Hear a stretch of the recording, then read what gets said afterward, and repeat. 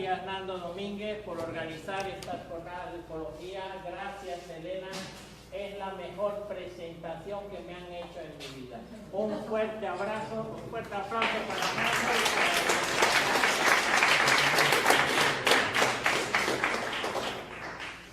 para... ¿Creéis en las conspiraciones? Sí.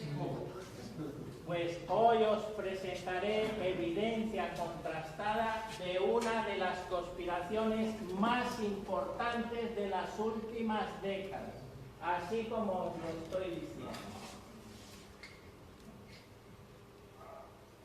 Muy buenas tardes a todos y todas, soy Pierre Monteagudo y esto es Expediente Rojas, descubriendo el secreto mejor guardado de la NASA después de nada más y nada menos que 50 años de ocultamiento. Ahí es nada. Y para sumergirnos de lleno en el misterio, os invito a ver un documental muy breve que resume la esencia de lo que es Expediente Rojas. Inmediatamente después, a continuación, estaré con todos y todas para que entremos de lleno en esta historia donde ya os anticipo que la verdad supera ampliamente a la ficción. Vamos con ello, don Luis.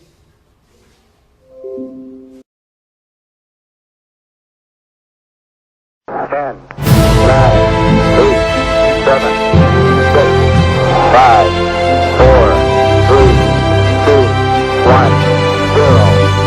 We have ignition.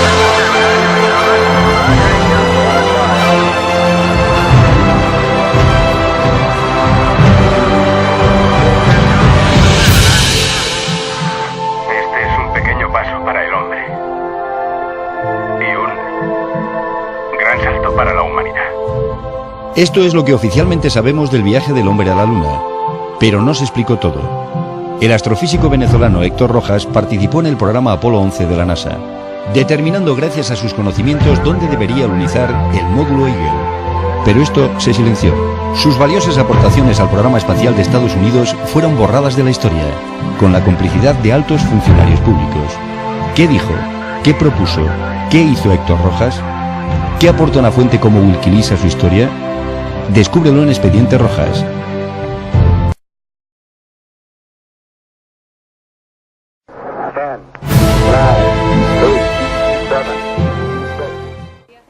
Héctor Rojas fue un astrofísico venezolano que tuvo un papel fundamental en las expediciones del Apolo a la Luna. Tiempo después, sus relaciones con el gobierno norteamericano se complicaron y su historia quedó silenciada.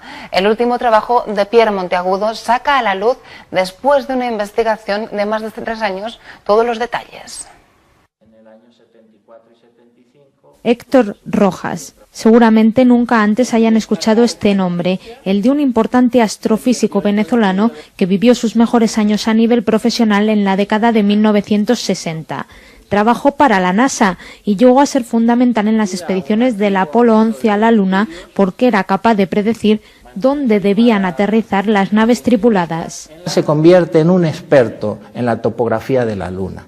A partir de allí ya calcula la inclinación, el eje y cómo aterrizar de la forma más segura. El escritor Pierre Monteagudo recordaba esta figura porque creció en su compañía. A él le sorprendió no encontrar rastro en Internet de este importante científico, por eso decidió investigar qué ocurría. Su trabajo se plasma en Expediente Rojas y ahora, 3 años después, ha encontrado sorprendentemente un punto de apoyo en Wikileaks. Son documentos desclasificados que han salido a la luz por la gestión de Wikileaks.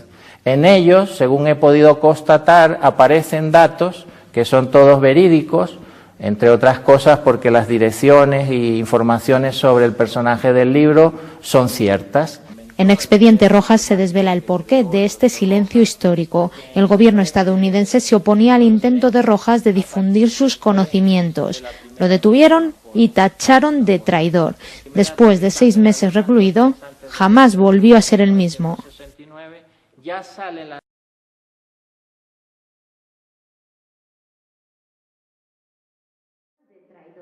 Después de 6 meses recluido, jamás volvió a ser el mismo.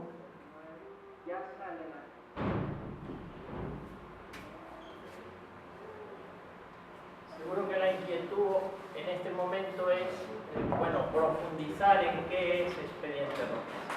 Es la historia basada en hechos reales de un niño prodigio llamado Héctor Rafael, que nace en el seno de una familia muy humilde. De hecho, desde muy joven tuvo que contribuir a la economía familiar, tuvo que trabajar para él.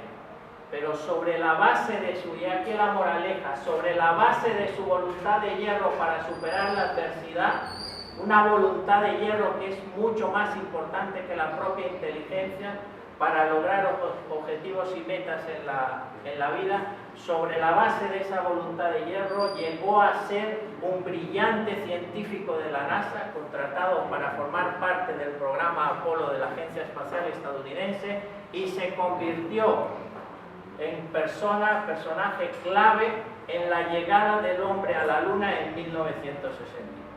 Y esa es la historia que os traigo hoy. Es un libro cortito de solo 200 páginas, escrito en un lenguaje muy sencillo que hasta un niño lo puede entender. Me complace decir, me enorgullece que tengo lectores y lectoras desde 12 años que pueden comprender lo que he escrito porque he hecho un esfuerzo titánico para ello. Me llegan testimonios de diferentes partes del mundo.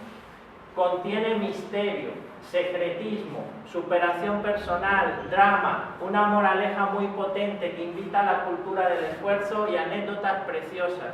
Bueno, todo ello resumido, como decía, en solo 200 páginas, escritas desde mi corazón para conectar con los lectores y lectoras en una historia realmente apasionante. Y eso es lo que os voy a resumir a continuación en unos minutos, apoyado un poco en esto que he preparado para que sea más, la conferencia sea más pedagógica y más amena. Solo unos minutos.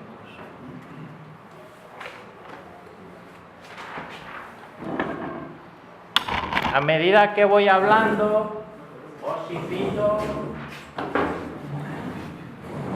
a que cualquier inquietud que os vaya a ir surgiendo, que penséis, y al final voy a hablar muy poquito, para que al final me podáis hacer preguntas.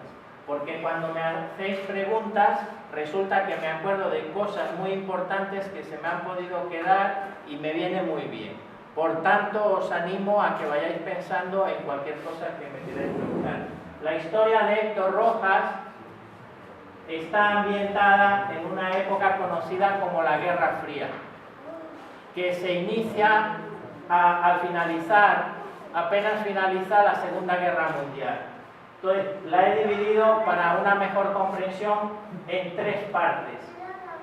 La Guerra Fría, decir que era una confrontación a escala global que enfrentaba a Estados Unidos con la antigua URSS.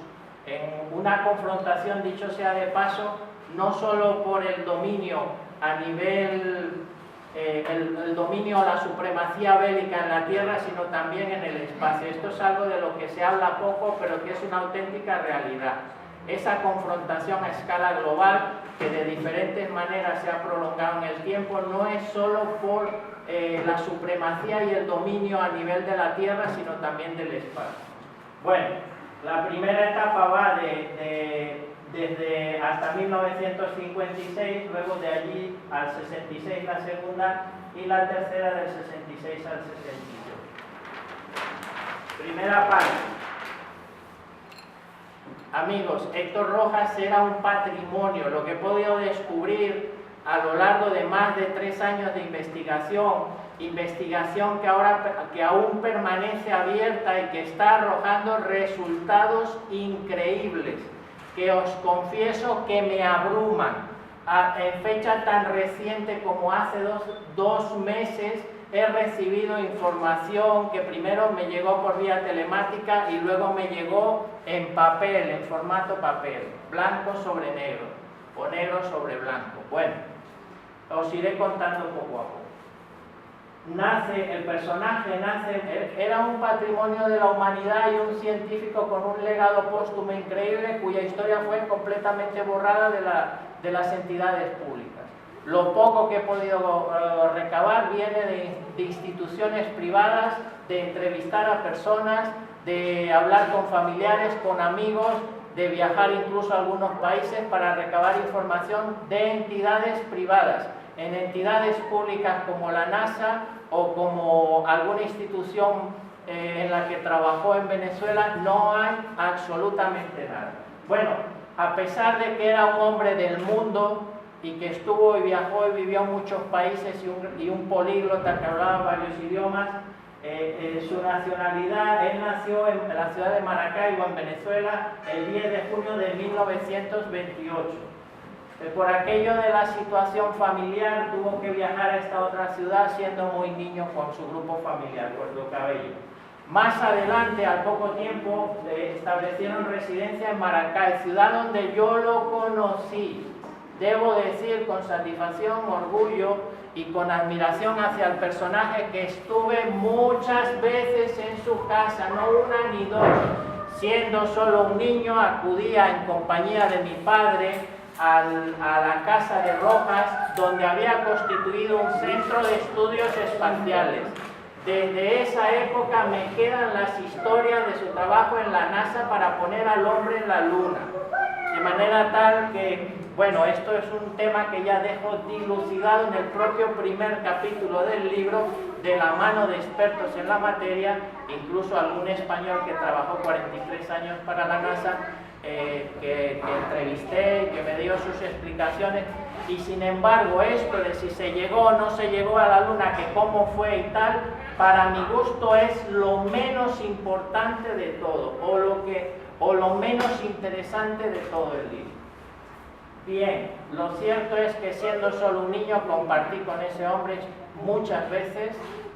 No puedo decir que fuera mi amigo, yo solo era un niño, pero al final me han quedado sus historias sonando, y eso es lo que os traigo hoy.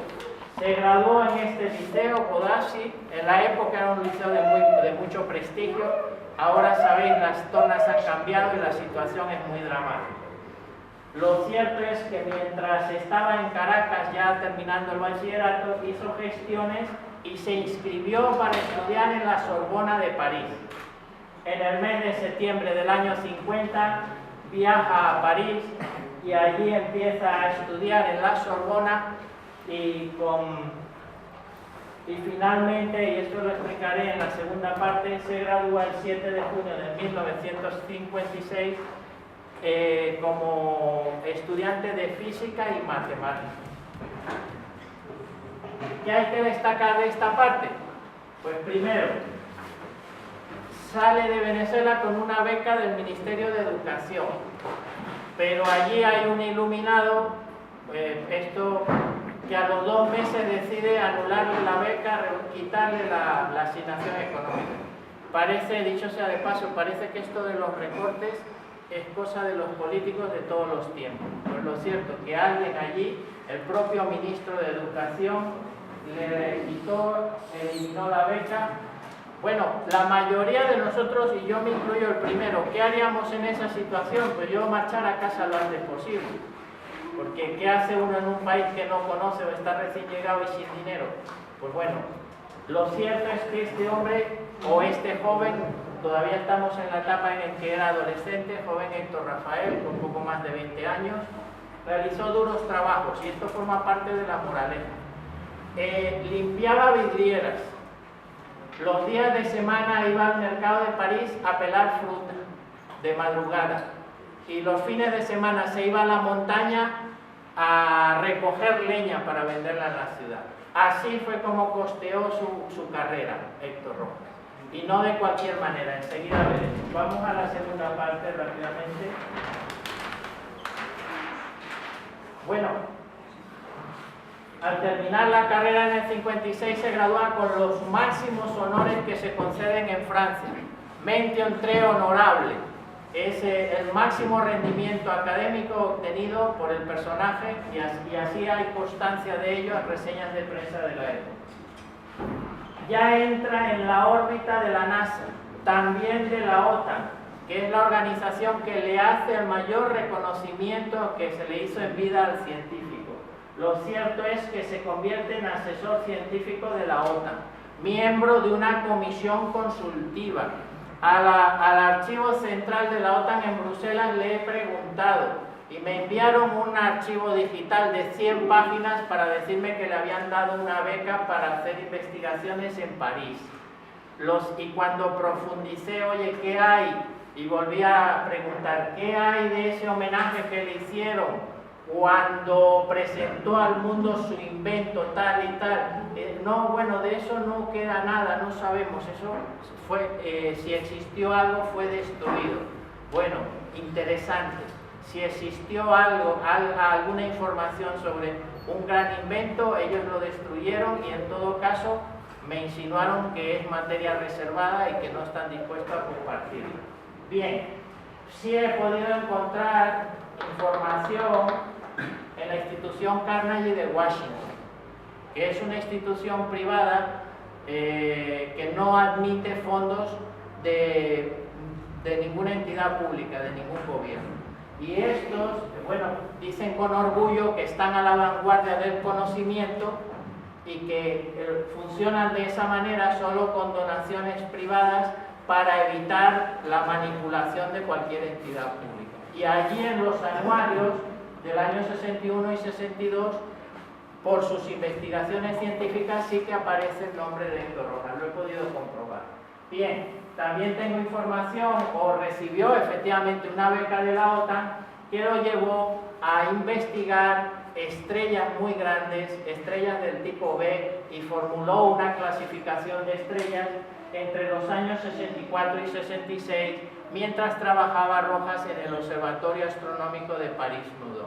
Hasta allí me trasladé y pude recuperar los primeros 3 informes que el científico escribió para la NASA, que en Estados Unidos no hay ni rastro de ellos, solo figuran unos titulares y cuando uno pretende ver en algún sitio la información de esos informes escritos por Rojas, no se puede ver nada, no están desclasificados, pero a la estadounidense, es decir, que no están ni en el limbo ni en ningún sitio, nadie los puede ver, ni leer, ni consultar. Esa es la manera como ellos tienen de proceder. Y gracias a los franceses del Observatorio de París-Meudon fue como pude obtener esa información. Serían los 3 primeros de hasta 12 informes que son capaces de negar el mérito que tiene alguien, el mérito científico de Rojas, simple y llanamente porque no quiso hacerse estadounidense. Y les dijo que no cambiaba su nacionalidad, que no renunciaba de su nacionalidad venezolana porque era un patriota y un romántico, y les dijo no, por mucho Nobel que me vayan a dar, no estoy dispuesto a renunciar a mi nacionalidad porque adoptar la estadounidense hubiese constituido la pérdida automática, al menos en esa época, de su nacionalidad. Y no estoy dispuesto a recibir los dólares que le ofrecieron y al final, bueno, pasó lo que veréis a continuación.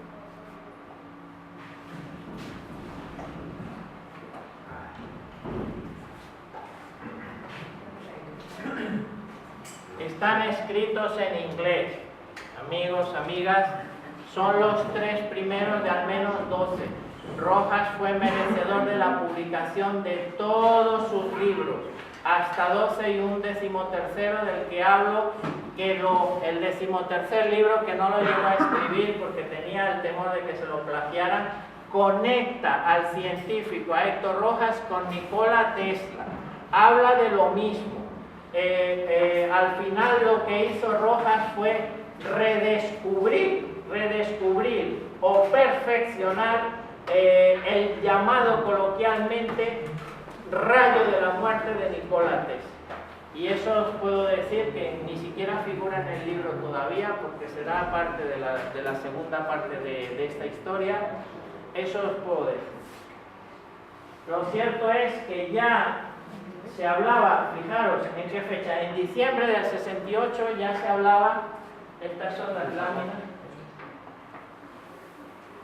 Esto que os voy a mostrar ahora son reseñas de prensa que han sido ampliadas para que todos lo podáis ver. Son parte de las pruebas, de unas numerosas, de una gran cantidad de pruebas que tengo, y esta es una reseña de prensa del Universal, el periódico más importante de Venezuela, del jueves 9 de enero de 1969, anunciando una participación estelar del científico en el programa, en el vuelo del Apolo 8.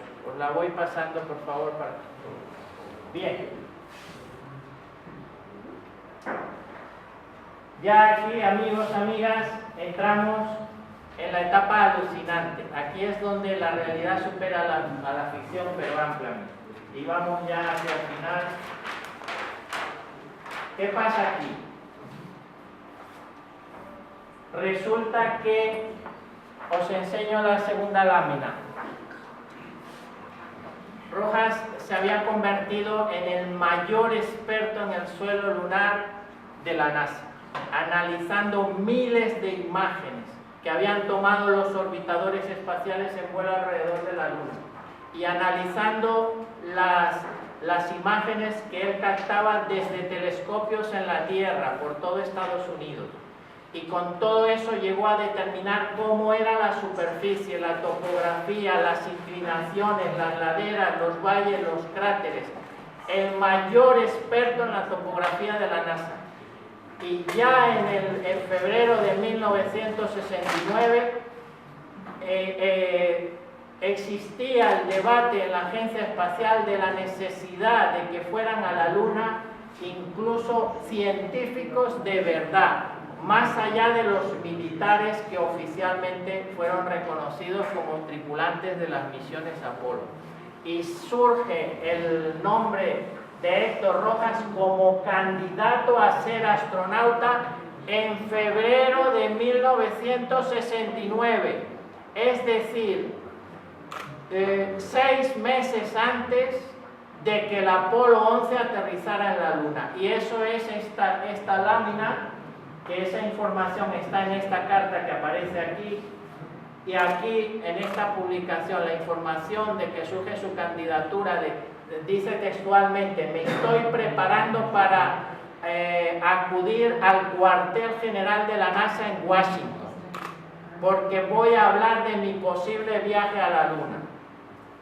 Y después sale la noticia 2 días antes del Apolo 11, el 17 y el 18 de julio de 1969, la noticia de que el científico mismo viajará en 1 año o 2.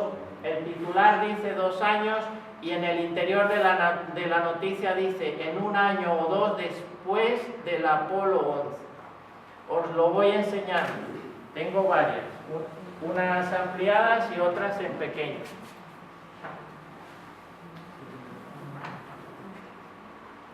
A la postre lo que os puedo decir es que estoy convencido, y así os lo cuento, de que este hombre fue puesto en la Luna por la NASA en vuelos secretos, que nunca se han informado, vuelos secretos de la NASA, no solo los oficiales, hay otros vuelos de los que nunca han hablado, no han dicho nada. ¿Por qué no han dicho nada? Porque fueron vuelos que se realizaron con científicos civiles de muy alta cualificación para desarrollar tecnologías con aplicación en el campo militar. Y eso es lo que hacía Rojas. Además de ser un astrofísico capaz de observar el universo desde un sitio privilegiado como la Luna, estuvo allí, estoy convencido de ello, estuvo allí al menos en un par de ocasiones para desarrollar inventos, tecnologías, investigar con aplicación en el campo militar, porque eso necesitaba Estados Unidos para mantener la supremacía en la Tierra y en el espacio. Eso es lo que os puedo decir a esta hora. ¿Qué puedo destacar de eso? Pues que el nombre a la luz han salido 5 documentos desclasificados por el Departamento de Estado que no se podían leer ni consultar en ningún lado y que Wikileaks los ha colgado en su página web. Y gracias a eso, contrastando la información de esos documentos, que de paso están incluidos dentro del libro, contrastando esa información, os puedo decir que es información veraz, incluso incluye la dirección de la casa de Rojas que yo visitaba a mediados de los 70 y eso os puedo contar. Son documentos donde aparece el villano de la película, el villano, el que a la postre ordena una serie de acciones contra la integridad física de Rojas.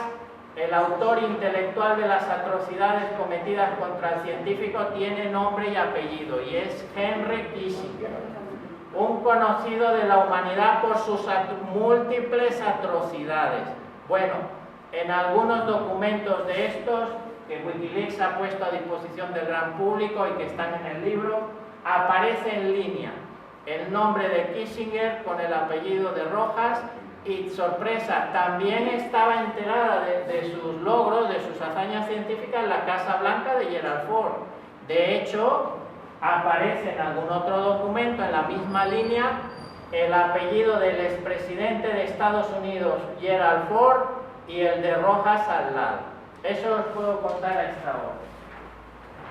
Bueno, en el final de esta primera parte de la historia, la segunda la contaré algún día. Lo que me quedan son más. Me quedan más preguntas que respuestas. Amigos y amigas, si tenéis alguna pregunta, ahora es el momento, con muchísimo gusto.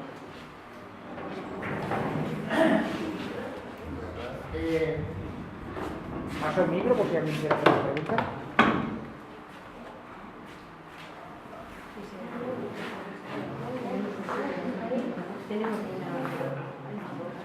Os paso esta última lámina. Esta es la ampliación de una noticia aparecida, ya es moderna, aparecida en el Universal, en el diario El Universal. Es una reseña importante de diciembre de 2016. Es importante, amigos y amigas, por lo siguiente, para que veáis cómo son las cosas. Esto fue publicado en la edición impresa del periódico y además puesto en su página web. Y recientemente, debo decir con estupefacción, que han tumbado la noticia de la página web del periódico. La han quitado, la han borrado, la han suprimido. Y ponen allí un mensaje de 2 líneas, una ridiculez, que vuelvan más tarde a ver la noticia. Bueno, han pasado 50 años y los poderes que gobiernan en las sombras siguen maniobrando para mantener la historia ahí convenientemente oculta. No obstante, y os paso la noticia. No obstante eso, debo deciros que esta semana, enseguida estoy, ¿sí? Esta semana un portal de comunicación de Venezuela que tiene muchos millones de seguidores, se ha percatado de esto y ha sacado las reseñas que están allí a disposición para que las veáis, del año 69, las ha sacado, ha publicado toda la historia. Y es un hervidero. Y estoy satisfecho, orgulloso por el personaje del libro, ese grandísimo científico que fue Rojas, que debería, y lo que pido ahora, o lo que pediré en su momento al propio secretario de Estado de los Estados Unidos, si no existe un gobierno en el país de donde era Rojas, lo pediré yo mismo, la restitución de su historial profesional y que su nombre debería estar grabado con letras de oro en la historia de la carrera espacial estadounidense y debería ser considerado un padre de la astronáutica y no de la forma que le han tratado. Eso fue lo que me causó una profunda indignación y me llevó a hacer este homenaje a su memoria póstuma.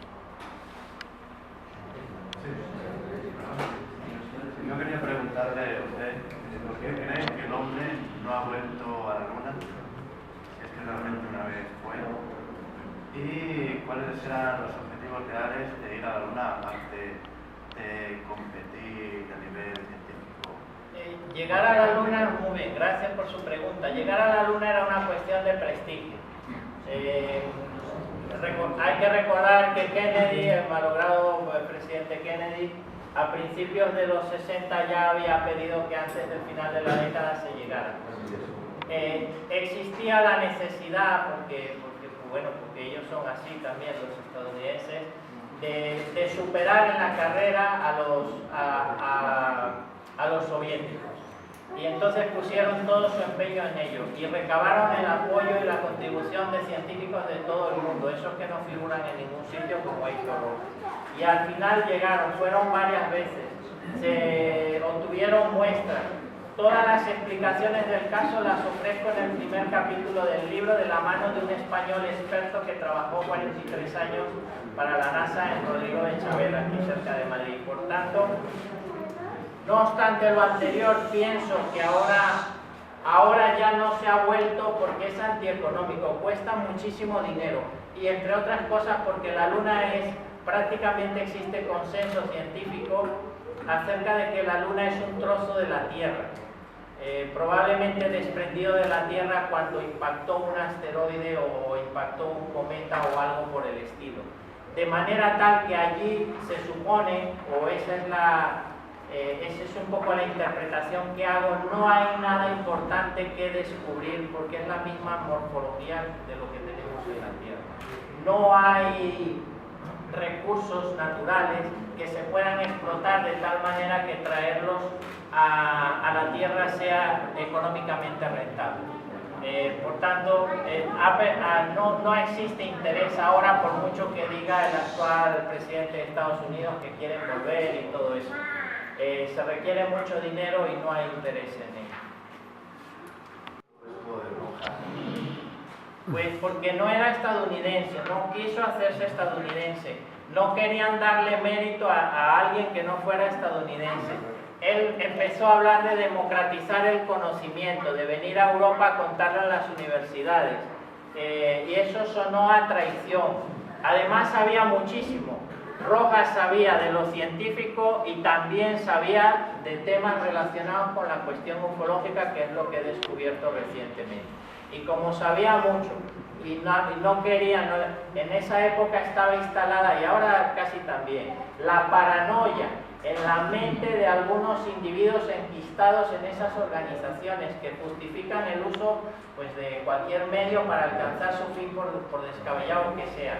Y cuando se presentó esa circunstancia, un hombre que había recabado los apoyos de 32 países para construir un centro de estudios espaciales en su país, con 100 hectáreas de terreno concedidas, donde iban a poner ese centro de estudios espaciales, iban a construir cohetes para impulsar naves al espacio. Todo eso lo había logrado. Y sin embargo, cuando fue a recabar los últimos apoyos de la NASA y del gobierno de Estados Unidos, lo retuvieron allí y casi hay que agradecer que no le dieran para el pelo. Tal como son. ¿Alguna otra cuestión? ¿Sí? ¿En qué año fue justamente Rojas en la Luna? Bueno, ¿en qué año fue? Fijaros, he podido acotarlo bien. Hay que saber que documentos oficiales de la NASA sobre esto no existen. Le pregunté al historiador jefe qué tenía que aportar sobre Héctor Rojas y no me dijo nada, pero al mismo tiempo me dijo mucho. En un correo electrónico dijo, el propio historiador jefe de la NASA dijo: he preguntado sobre Rojas en el Centro Espacial Kennedy, he preguntado no sé dónde, en el otro sitio, y no hay nada sobre Héctor Rojas. Pero eso, y agregó, no es extraño porque en la NASA nos tienen totalmente prohibido conocer información sobre el personal que trabaja aquí. Lo cual es ilustrativo. La Agencia Espacial, esa entidad científica de prestigio, es otra víctima más de quienes la financian, que no es otro que el Ministerio de la Defensa, los militares estadounidenses que los financian y los controlan y le exigen primero que nada la aplicación militar de los inventos, descubrimientos e investigaciones que realizan. Así está el tema. No sé si he llegado a contestar a su pregunta. No, yo quería saber este viaje que... Bien, este viaje que pues se hizo. lo he podido acotar bastante, sabiendo que no existen documentos oficiales sobre ello, porque todo, incluso son vuelos, estamos hablando de vuelos de tripulaciones secretas en vuelos secretos de la NASA, imaginaros. Pues bien, lo he podido acotar. Sabemos que fue nominado a candidato a astronauta ya en febrero del 69, que fue anunciado que viajaría a la Luna 2 días antes del Apolo 11, el 17 y el 18 de julio de 1969. Y a la postre estoy convencido, porque así me lo contó mi padre y me enseñó los documentos manuscritos del científico, documentos que tuve conmigo durante varios años, y lo explico muy bien en el capítulo 2 del libro. Me contó que esos eran los experimentos que había realizado Héctor Rojas en sus viajes a la Luna, y puedo decir que es una etapa muy concreta. Segundo semestre del 69 y sobre todo y principal el año 1970. Esa es la etapa en la que estoy convencido que Rojas habría sido tripulante en vuelos secretos de la NASA. Y así desde el convencimiento os lo cuento, y cada quien debe sacar sus propias conclusiones. Y otra pregunta que tiene que ver. ¿Sí? ¿Tiene el gobierno actual de Venezuela una opinión sobre este tema? Sí, una opinión descabellada. Cuando hice consultas, extraoficialmente hice consultas con el gobierno de Venezuela acerca de por qué el historial de Rojas permanecía todavía borrado del Instituto Pedagógico en el Mácaro, donde había trabajado 3 meses. Rojas había trabajado del 71 al 73 en el Pedagógico El Mácaro, en un sitio donde he estado también. 3 años como asesor especial del Ministerio de Educación y como profesor investigador en esa entidad. Y ese historial fue borrado. En la época fueron familiares y amigos a preguntar qué había pasado con él, luego que lo habían retenido en Estados Unidos mucho tiempo, varios meses. Le dijeron, no, aquí no hay nada de esa persona, de ese señor, no hay nada. Actualmente, antes de escribir este primer libro, también hemos vuelto a consultar lo que tendrían que aportar ellos sobre esto, y lo mismo, no hay nada. Imaginaros que parte o vuestro historial o vuestro historial profesional de trabajo en empresas de un día para otro desaparezca. Pues eso le pasó al científico en su propio país, porque aquí el complot, se pusieron de acuerdo de gobierno a gobierno. Estados Unidos impartió unas órdenes al entonces presidente en Venezuela, Carlos Andrés Pérez, y al final desapareció el historial de Rojas. Y sorpresa, la mayor de las sorpresas, es que en la actualidad tampoco tienen ningún interés en aportar nada, porque según dicen ellos, están implicados en dar respuesta a un intento de golpe de Estado. Así llaman a la crisis humanitaria que existe en Venezuela, por la cual han tenido que salir del país huyendo del hambre 1,5 millones de compatriotas. Han tenido que salir huyendo en canoas, a través de la frontera, caminando, y a eso le llaman, a esa crisis humanitaria le llaman intento de evitar un golpe de Estado. ¿Qué es lo que sucede? Es que el gobierno venezolano le tiene un miedo horroroso a Donald Trump, que los puede desalojar del poder en el momento que lo decida, y no quieren meterse en el berenjenal de pedirle explicaciones. Claro, yo se lo he pedido públicamente varias veces al gobierno venezolano, Oye, un gobierno digno, conociendo estas denuncias, sin necesidad de que sean ciertas o no, al conocer estas denuncias, un gobierno digno activaría la Cancillería para pedir explicaciones. Es que yo describo algunas de las atrocidades que he conocido que fueron cometidas contra Rojas, las describo en el libro. Y le pido al gobierno que active a su Cancillería y que pida explicaciones al gobierno de Estados Unidos. Y al final parece que voy a tener que ser yo el que lo haga.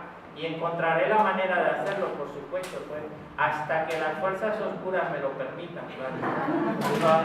Ahí va mi pregunta sobre el... A ver, sabemos todos más o menos el modus operandi de las agencias secretas, del gobierno soterrado, oculto de Estados Unidos, de otros países, quizás información por ahí. Sabemos que a lo mejor salen personajes, científicos, gente que ha trabajado para el ejército, para lo que sea, o un departamento secreto, o agencia. Entonces sabemos cómo empiezan a anular esta gente, empiezan a borrarlos del mapa, empiezan a desmontarlos, a hacerlos... que por razón esas personas sean la peor persona del mundo, se meten con su vida personal, se meten con su trayectoria, empiezan a sacar tratos sucios para borrarle del medio, porque esas personas normalmente tienen cierta información que han trabajado para ellos, han tenido cierta documentación, vivencias, experiencias que pueden compartir, ¿no? Me parece que en este sentido este señor Rojas me parece un poco emotivo el tema de la nacionalidad, se podría hacerse nacionalidad norteamericana, para que entren, o sea, esto fue una especie de vacuna, pienso yo, contra este hombre, antes de que este hombre empezara a divulgar, pienso, algún tipo de información que debería saber, porque la NASA está para lo que está, quizá está más de tapadera que de otra cosa, o para desinformar, no sabemos, pero quizás era más en prevención de que ocurriera algo, porque este señor tenía que saber muchas cosas, ¿no? Sí, que todavía no he llegado allí, pero lo contaré. Sí, mirad, sabemos cómo juega muy duro y muy sucio. De hecho, ya se han pasado por mi perfil, eso es lo que no sabemos hasta ahora. Que se han interesado en la historia, que están indagando, que hacen un seguimiento, que un servicio de inteligencia estadounidense se pasó de forma pública y notoria por mi perfil en LinkedIn, a cotillear, a mirar. Bueno, Defense Intelligence Agency se llama, DIA. Bueno, todos esos son bienvenidos. Ellos, el Washington Post, que también ha estado mirando un poco a ver qué hay, bueno, son bienvenidos. ¿Ah? Que la NSA se haya dado cuenta que tal. Estoy seguro de ello. Están interesados. El libro está en inglés ya. Por favor. El libro está en inglés ya. Y estoy seguro que le hacen un seguimiento. Son bienvenidos todos. Mientras tenga voz para hablar, seguiré hablando del tema y pronto os contaré la conexión de Rojas con Roswell. Yo dos preguntitas muy rápidas. La primera, el señor Rojas al respecto dijo algo en su momento de si había ido, No, se lo contó a mi padre. Un día llamó a mi padre cuando hacía su último viaje, a lo que a la postre fue su último viaje a Washington, antes de ser retenido y objeto de atrocidades. Rojas llamó a mi padre y le entregó sus documentos manuscritos. Y cuando mi padre me los enseñó, que los tuve muchos años conmigo, primero hasta los tuvo mi padre y cuando él murió yo los tuve una serie de años más, y luego ocurrió lo que ocurrió, que lo cuento en el segundo capítulo del libro. Lo cierto es que cuando mi padre me mostró ese manojo de documentos, yo siendo un niño pero muy inquieto, muy metido en el asunto, le pregunto, ¿y esto qué es? Y me dijo, son los experimentos que hizo el doctor Rojas en sus viajes a la Luna. Y eso es lo que os puedo contar, lo que me dijo mi padre y que no tengo motivo para no creerlo. Nando. Hablando de la oscuro. Solamente si nos puede enumerar las mayores aportaciones que hizo el señor Rojas. Sí. Luego me devolvéis los libros. Sí, están por ahí. Una de las mayores aportaciones, o la que a la postre es la mayor, fue, no, eso no puedo que calculó el sitio donde sí. Más o menos las 4 o 5 cosas. El libro número 1 que tenéis allí es la técnica matemática que Héctor Rojas inventó para poder obtener datos astronómicos de la superficie de la Luna y de cualquier otro planeta. Que sepáis que para mí esa técnica matemática ha sido volcada en los modelos informáticos actuales y Estados Unidos la utiliza para predecir en qué lugares deben aterrizar las misiones robóticas en Marte, por ejemplo. Bueno, seguro que siguen trabajando con la técnica de Rojas sin contar nada de ello. Lo cierto es que en su época, a finales de los 50, inventó esa técnica matemática y luego se la cedió a la NASA, ya trabajando en el programa Apolo, y la perfeccionó o la ajustó en los informes número 2 y 3 que tenéis allí. Y con ello definió dónde debían aterrizar las misiones Apolo, no solo la 11, sino todas las demás. Señaló los mejores lugares posibles sobre la superficie de la Luna donde debían aterrizar las naves Apolo, el 11 y las demás. Esto es una de las mayores contribuciones que hizo precisamente para eso, para llegar primero antes que los soviéticos a la Luna. Luego, os puedo decir que he descubierto la conexión, lo que decía antes, con Nikola Tesla, porque Rojas habla de ese rayo de la muerte, pero de otra manera. Lo presenta como un rayo capaz de abatir naves en vuelo. Pues en eso trabajó y para mí lo que hizo fue perfeccionar o redescubrir lo que ya había inventado Nikola Tesla en su época. Y luego, por si fuera poco, he descubierto recientemente una conexión de Rojas con el caso Roswell, el caso más emblemático de la ufología mundial de todos los tiempos. Y es que me ha llegado blanco y en botella la información, una revista del año 1976 en la que el científico da declaraciones para un importante medio de comunicación y dice: hemos recibido información del cosmos, y dice: en el centro espacial que vamos a crear, las personas que trabajen allí van a manejar información secreta y ultrasecreta. He aquí otra de las cuestiones de por qué le hicieron lo que le hicieron. Y dice, y pone un ejemplo, dice, y lo llama así: ahora sabemos cómo se llama esa tecnología que nos han negado durante 70 años, se llama los Saturnos. Y dice, es un nuevo tipo de acero que se deforma con el tacto, pero que no se rompe con nada. Amigos, amigas, no me conformé con la impresión que eso me causó.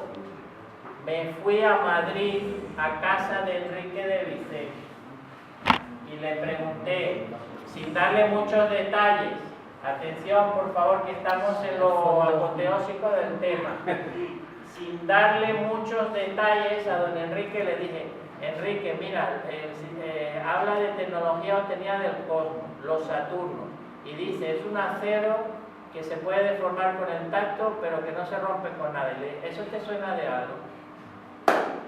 Roswell. Eso fue lo que una sola palabra me dijo. Tuvo exactamente la misma impresión que me dio yo. Es una de las tecnologías recuperadas en el lugar del estrellamiento OVNI de Nuevo México en 1947, donde se estrellaron varios platillos volantes o fueron abatidos. No lo sabemos. Esta aclaración me la hizo Enrique de Vicente. Pues blanco y en botella, la información impresa está a disposición de los expertos para que cuando ellos quieran contribuir a la divulgación de esta información, lo hagan. Yo lo que os puedo decir aquí ahora es que durante 70 años nos han estado mintiendo vilmente. La versión oficial está bien, pero esa versión viene adulterada, tergiversada, falseada, aportan mucha información sesgada o grandes cantidades de información intrascendente o falsa para desinformar y no cuentan nada sobre el fenómeno Pues porque no les interesa, porque mientras el resto del mundo esté ajeno a esas realidades, ellos siguen trapicheando, haciendo negociaciones. ¿Quién sabe qué es lo que hacen? Pueden hacer cualquier cosa porque están acostumbrados a ello. Y eso os puedo contar. A ver, Nando. Yo pregunta ya sobre cómo has hecho el lado oscuro. Si has tenido alguna vez alguna trama para poder llegar a difundir esta información, si has tenido algún problema a la hora de difundir lo que es este conocimiento de Rojas. Amigos, debo decir, no he recibido amenazas directas. Yo vengo aquí a plantearos todo lo que he descubierto con mi investigación. Dentro de mí hay un fuego porque estoy abrumado. Muchas veces en casa me llaman la atención porque es que estoy sobrepasado por la dimensión de los acontecimientos. El universo me ha bendecido con la posibilidad, el honor, que es lo que me queda a mí, el honor de contar esta historia al mundo. Tremendo. Dicho sea de paso, todos los recursos que se obtienen por la distribución y venta del libro, más que aquí hoy tiene un precio especial de solo 10 euros, firmado y dedicado. Bueno, su precio normal son 15 euros. Todos los recursos se invierten y más, parte de mi salario como docente de formación profesional y donaciones altruistas que recibo. Todo se invierte en la difusión de la historia en toda España, donde doy conferencias y en Iberoamérica. No puede ser de otra manera. Y a mí lo que me queda es la inmensa gratificación emocional y el honor de contar esta historia al mundo, que lo hago en cada sitio, tal como lo estoy haciendo aquí hoy en Morales de Toros. No he recibido amenazas directas, tampoco me importaría mucho el tema. Lo único